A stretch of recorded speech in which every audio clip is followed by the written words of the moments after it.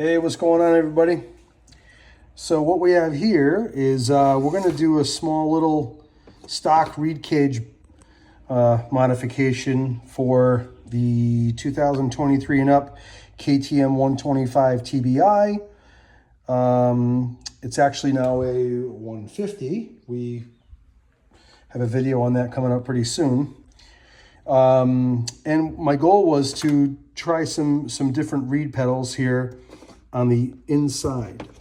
So these are just going to go on the inside. If you can see, the inside reed is a full pedal and the outside ones are split.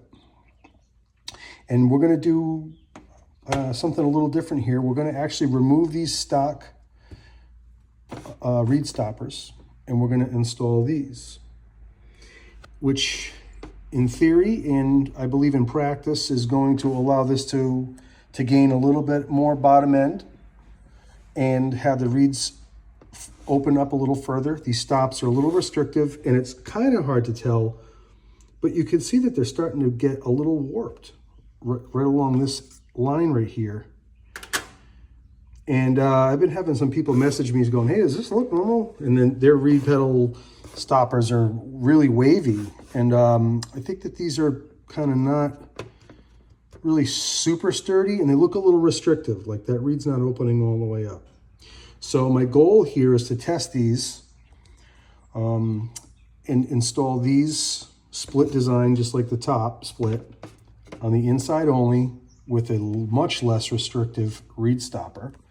And I'm operating my camera by myself, so I'll stop this and then start it back up again. I'm going to pull this apart. It's pretty simple to pull this apart. You're going to use a 10 Torx on those. That's a T10. And these reed pedals kind of just fall out. There's a little, hard to see here, the little piece in the inside there that holds the inside together. You'll see. So in any case, yeah, we'll see what happens. I won't be able to really do this with a comparative dyno saying before and after, but this is going to be a ride and feel type thing.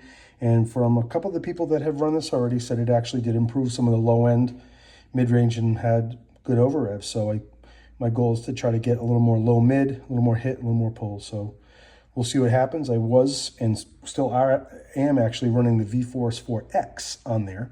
And while that is a good reed cage, I'm always looking for a little bit of an edge. So we're going to edit this, come back. This should be assembled by the next video clip here, and we'll see what happens, and I'll do a ride report. All right, and I'm back. And what we have here is the OEM reed block for the 150 we're working on over there. And I installed these split inside reeds, a split design. Right here, you can see the split, and the stock ones were full pedal and also had these big plastic reed stops. And we went with a low profile but really stiff fiberglass reed stop. And the goal here is to try to get a little more low mid out of this bike, as well as good throttle characteristics. And I believe we're onto something here. We're gonna have to test it and see. But you can see it looks a little different on the inside now. It used to be all obviously one color is all darked out, blacked out. But we'll see what happens. We're gonna test these. They seal up pretty good. And I upgraded the screws. Those little whatever those were, T10s. I don't like those. I upgraded to the Phillips, and those are in nice and tight, super secure, nice and snappy. Split redesign, wolfmx.com, WULFMX.com is going to probably have these soon. We're going to just have to test it, make sure that this at least holds up and runs okay. And don't know if we'll gain as much as we're always super hopeful, but you never know. And what's currently on there now is the V-Force 4X, which is their new model. And that's been running perfectly fine, but in the relentless pursuit of performance, we're always trying new things. So we'll see what happens. Double split redesign, hardcore fiberglass stops in place of the stockers. All right, man. More soon. WolfMX.com. Appreciate y'all. God bless.